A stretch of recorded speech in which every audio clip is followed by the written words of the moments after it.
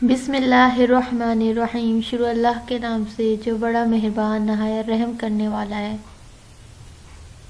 First aid in emergencies core course of the PMF by doctor Maira Javed from Shahrukh Alam college of health sciences Multan. Chapter dressing and bandage. आज हम करेंगे rules for using dressing. Rules क्या है, यानी कि मरहम पट्टी करने के जो बेसिक असूल हैं वो क्या होने चाहिए और हम कौन से असूल अपनाएंगे पट्टी करने के लिए। लास्ट लेक्चर में हमने देखा था कि हम मेडिसिन्स कौन से हम ज़ख़म के ऊपर अप्लाई कर सकते हैं, उसे साफ़ किस तरह करते हैं, कौन सी मेडिसिन से, और इक्विपमेंट्स कौन से उसमें यूज़ होते हैं। आज हम देखेंगे असूल। पट्टी करने से पहले अपने हाथों को अच्छी तरह धोकर जरासीम से पाक कर लिया जाए। ये तो सबसे पहला इम्पोर्टेंट असूल हो गया कि जो आपके हाथ हैं वो अच्छे से साफ़ सुथरे होने चाहिए और एंटीसेप्टिक सोप से उसे वॉश हाथों को करना चाहिए। सबसे पहले पट्टी करने से पहले डिस्पोजेबल दस्ताने लाजमी पहन लेने चाहिए।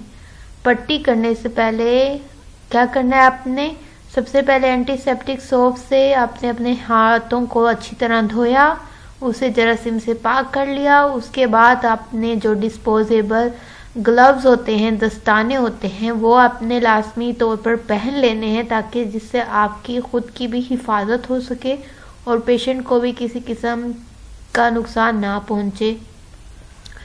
हमेशा जरासीम से पाक स्टेरिलाइज मुनासिब साइज़ की पट्टी इस्तेमाल करनी चाहिए। हमेशा जरासीम से पाक यानी कि जो स्टेरिलाइज जिस साइज़ का ज़ख़म हुआ है पेशेंट को, उसी साइज़ की आपने पट्टी यूज़ करनी। ये नहीं है कि ज़ख़म बेशक इतना सा ज़ख़म हुआ है और आपने पट्टी इतनी बड़ी ले ली है। ये नहीं कि ज़ख़म इतना काफ़ी बड़ा हुआ था तो आपने पट्टी जस्ट इतनी सी अप्लाई कर दी है। तो जिस साइज़ का ज़ख़म होगा आपने उसी मुनासिब साइज़ की पट्टी इस्तेमाल करनी है वाउंड को, यानी कि ज़ख़म को ढकने के लिए। जरासीम से पाक पट्टी को ज़ख़म के ऊपर बराह रास्त रखना चाहिए। ठीक है, जो जरासीम से पाक यानी कि जो स्टेरिलाइज पट्टी है वो आपने ज़ख़म के ऊपर रखना है। अगर पट्टी असल पोजीशन से स्लिप हो जाए तो उसे उतारकर इसकी जगह दूसरी पट्टी लगाई जाए।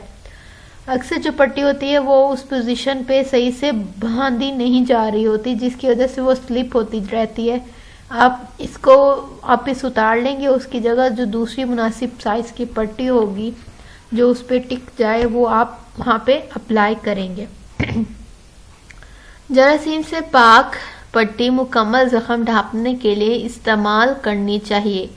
जरासीम से पाक यानी कि वही स्टेरिलाइज, जहाँ पे पूरा वर्ड आ जाता है इंग्लिश में कि स्टेरिलाइज पट्टी अपने ज़ख़म ढांपने के लिए इस्तेमाल करनी है। अगर पट्टी में खून रसने लगे तो इस पट्टी को उतारना नहीं चाहिए, बल्कि पहली पट्टी के ऊपर एक और पट्टी लगा दी जाए। आपने अक्सर देखा होगा कि अक्सर लोगों के ब्लीडिंग स्टार्ट हो जाती है अगर ज़ख़म गहरा है तो डॉक्टर तो जो डिस्पेंसर या फिर डॉक्टर एट अ टाइम वहाँ मौजूद होता है वो ये नहीं करता कि उस पहली पट्टी को ही उतार दे, बल्कि उसके ऊपर दूसरी पट्टी प्रेशर बैंडेज वहाँ पे लगा देते हैं प्रेशर एक्सर्ट करके, ताकि जो खून रिस रहा है पहले की वजह से वो दोबारा ना रिसे उस ज़ख़म से। जरियाने खून को रोकने के लिए एक नई पट्टी लगाते वक्त यकीन करना चाहिए कि जरियाने खून वाली जगह पर ही दबाव जाए।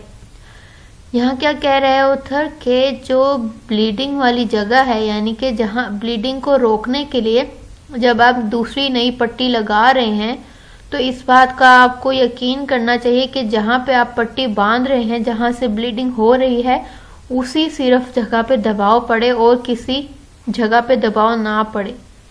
इस्तेमाल शुदा पट्टी और इस्तेमाल शुदा सामान महफूज तरीके से तल्फ करने के लिए मुनासिब प्लास्टिक के बैग में डाल देना चाहिए। जो इस्तेमाल हो गई यानी कि जो गंदी पट्टी थी या फिर जिसको आपने तल्फ करना है, फेंकना है, या फिर जो इस्तेमाल शुदा जितना भी सामान है उसको सबको आपने तल्फ कर देना, यानी कि फेंक देना है। किस में डालकर? एक प्लास्टिक का बैग लेना है सेपरेट, उसके अंदर वो सारी इस्तेमाल शुदा चीज़ें, सिरिंज हो गई, पट्टी हो गई, कॉटन हो गई, या कोई भी चीज़ ऐसी हो गई जिससे जो इन्फेक्टेड है, उन सबको आपने क्या कर देना? तल्फ कर देना कि एक प्लास्टिक बैग में डालकर। अपने हाथों से दस्तानों को उस वक्त तक नहीं उतारना चाहिए जब तक पट्टी का काम मुकम्मल ख़त्म ना हो जाए। जब तक पेशेंट को आपने मुकम्मल तौर पे पट्टी नहीं बांध ली, आपने सारा सामान तल्फ नहीं कर दिया, वक्त तक आपने पट्टी अपने हाथों, जब तक आपको लगा कि पेशेंट को मेरी तरफ से फारिग हो गया है, उसका मैंने सामान भी सारा तल्फ कर दिया है, उसकी बैंडेज भी मुकम्मल तौर पे मैंने कर दिया है, तो फिर ही आपने अपने दस्ताने हाथों से उतारने हैं। पट्टी करने के बाद दस्ताने उतारकर हाथों को अच्छी तरह से धो लेना चाहिए। पर दस्ताने पहनने से पहले भी आपने हाथ धोने, उस दस्ताने उतारने के बाद भी हाथों को अच्छी तरह धोना है ताकि वो इन्फेक्शन फ्री हो जाएं। तो ये थे कुछ रूल्स जो हम मरहम पट्टी करने के लिए अपने जहन में रखेंगे ताकि हमें भी कोई हार्म ना पहुंचे और पेशेंट भी इन्फेक्ट ना हो किसी भी जरासीम से। Next slide is the procedure for dressing.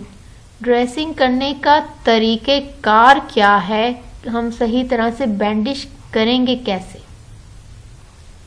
सबसे पहले इस्तेमाल होने वाले सामान को तसल्ली बख्श तरीके से स्टेरिलाइज्ड जरासीम से पाक कर लिया जाए।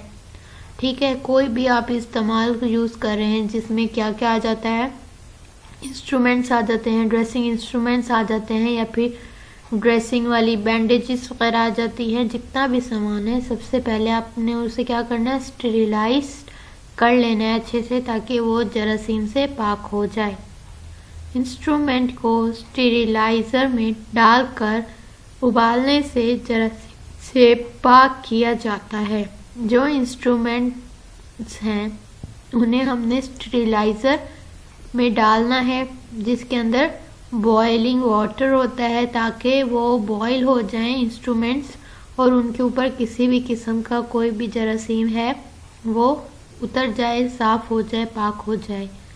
जबकि सर्जिकल ड्रेसिंग, जितनी भी ड्रेसिंग्स हैं हम तो उन्हें स्टेरिलाइज नहीं कर सकते ना, तो उसके लिए हम एक स्पेशल उन्हें कंटेनर्स में डालते हैं जिससे हम उन्हें फिर हॉट एयर ओवन या ऑटोक्लेव करते हैं ताकि उस हीट से, उस टेम्परेचर से वो जो जरासीम है उनके ऊपर प्रेजेंट वो ख़त्म हो जाए।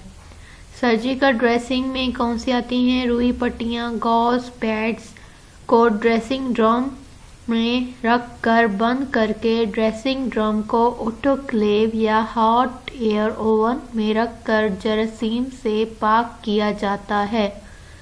ठीक है, इसमें जितने भी आपके पास ड्रेसिंग मटेरियल है आपने उन सारे मटेरियल को ड्रेसिंग ड्रम के अंदर डाल देना है। एक आपने देखा होगा मर्तबान टाइप स्टील का ड्रेसिंग ड्रम होता है, उसके अंदर आपने सारी चीज़ें डाल देनी है। फिर उस ड्रम को जो है आपने ऑटोक्लेव मशीन या हॉट एयर ओवन होता है, ये ओवन की तरह होता है।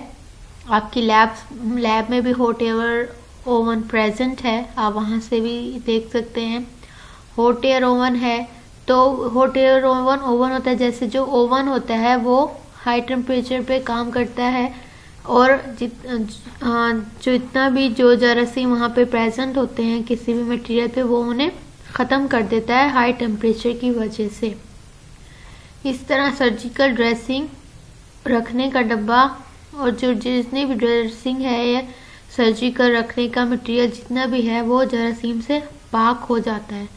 तेज धार आलात को एंटीसेप्टिक में डबो कर रखने से जरासीम से पाक किया जाता है। तेज धार आलात कौन से हो गए? वो सारे आलात जो पट्टी करने में हमें यूज़ होते हैं, जैसे कैंची, फोर्सेप्स या सर्जिकल ब्लेड्स वगैरह।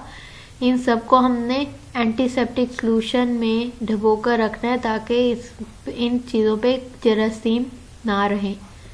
मसलन कौन सी चीज़ें हैं, सर्जिकल ब्लेड्स आ गई और कैंची वगैरह हमारे पास यहाँ पे तेज़दार आलात में लिखे गए हैं। दौर जदीद के तकाज़ों के पेश नज़र अब मार्केट में स्टेरिलाइज्ड ड्रेसिंग का सामान भी दर्ज झेल नामों से दस्तयाब है। पहले तो हम इन सारी चीज़ों को खुद करते हैं, अक्सर भी चीज़ें हमें खुद ही स्टेरिलाइज या फिर जरासीम से पाक करनी होती हैं, लेकिन कुछ चीज़ें ऐसी हैं, मटेरियल ऐसे हैं, ड्रेसिंग्स ऐसे हैं कि वो ऑलरेडी हमें कंपनीज की तरफ से स्टेरिलाइज्ड मिलती हैं। वो इस तरह पैक होती हैं कि वो स्टेरिलाइज्ड पट्टी होती हैं और हम उन्हें डायरेक्टली यूज़ कर सकते हैं बगैर स्टेरिलाइज किए बगैर। जिसमें कौन से आ जाती हैं, सर्जिकल गॉज आ जाती हैं, वैसलीन गॉज आ जाती हैं, रे बैंड आ जाती हैं, सोफ्रा टूले। ये आपका टास्क है कि आपने इन सारी पट्टियों को नेट से सर्च करना है और देखना है कि ये किस तरह होती हैं। अपने हाथों को अच्छी तरह साबुन से धोने के बाद ड्रेसिंग का काम शुरू किया जाए। सबसे पहले क्या था रूल्स में भी कि हमने अपने हाथों को एंटीसेप्टिक सोप से अच्छी तरह वॉश करना है, फिर ही ड्रेसिंग स्टार्ट करनी है। मरीज को ड्रेसिंग टेबल के करीब बिठा लिया जाए। जो पेशेंट है उसको हमने ड्रेसिंग टेबल जहाँ पे आपका सारा मटेरियल प्रेजेंट है, मेडिसिन, इंस्ट्रूमेंट्स, इक्विपमेंट सारे आपने वहाँ पे पेशेंट को उसके करीब बिठा लेना है। अगर पेशेंट नहीं चल सकता तो जो ड्रेसिंग की ट्रॉली है उसको हमने पेशेंट के पास ले जाना है बैंडेज करने के लिए। ठीक है, जख्मों के लिहाज से ड्रेसिंग का तरीक़ेकार भी मुख्तलिफ है। जिस नौयत का इन्होंने यहाँ पे ये बताने कहा है कि जिस नौयत का जख्म होगा उसकी ड्रेसिंग भी उस लिहाज से मुख्तलिफ होगी। अगर डीप कट लगा हुआ यानी गहरा जख्म है तो ऑफकोर्स उस पर पट्टी तो नहीं होगी, उस पर टांके लगाए जाएंगे। और अगर गोली लगने का जख्म है तो उसकी ड्रेसिंग डिफरेंट तरीके से होगी। अगर कोई आम जख्म हुआ है उसकी ड्रेसिंग अलग तरीके से होगी। तो हर ड्रेसिंग की का तरीक़ेकार भी डिफरेंट होता है। जैसे मसलन ऑपरेशन के बाद ड्रेसिंग जो ऑपरेट हुआ है उसके पास स्टिचेस लगे हैं, उसके बाद की ड्रेसिंग किस तरह होगी, उस पर कौन सा गॉज यूज़ होगा। उसके अलावा गोली लगने, खंजर या चाकू लगने के ज़ख्मों की ड्रेसिंग भी डिफरेंट होती है। हादसात में गहरे और बड़े ज़ख्मों की ड्रेसिंग, जले हुए ज़ख्मों की ड्रेसिंग, ब्लास्ट इंजरीज के ज़ख्मों की ड्रेसिंग, जानवरों के काटे हुए ज़ख्मों की ड्रेसिंग, हड्डी टूटने पर बनने वाले ज़ख्मों की ड्रेसिंग, खराशों और रगड़ों की ड्रेसिंग, करंट लगने, इलेक्ट्रिक शॉट यानी कि इलेक्ट्रिक शॉट हुआ हो उससे जो ज़ख्म बन जाते हैं जिस्म पे, उनकी ड्रेसिंग किस तरह होगी। अगर कोई पीप पड़ गई है, सेप्टिक वाउंड है, उन जख्म की हमने बैंडेज किस तरह करनी, हमने सबसे पहले तो उस पीप को ख़त्म करना है, फिर ही उसकी ड्रेसिंग करनी है। उसके अलावा ठीक ना होने वाले ज़ख्मों की दोबारा से जो ज़ख्म है वो ख़राब हो गया है, ठीक नहीं हुआ, उस दोबारा हमने पहली बैंडेज उठाकर हमने सेकंड बैंडेज किस तरह करनी है, उस ज़ख्मों की ड्रेसिंग देखेंगे।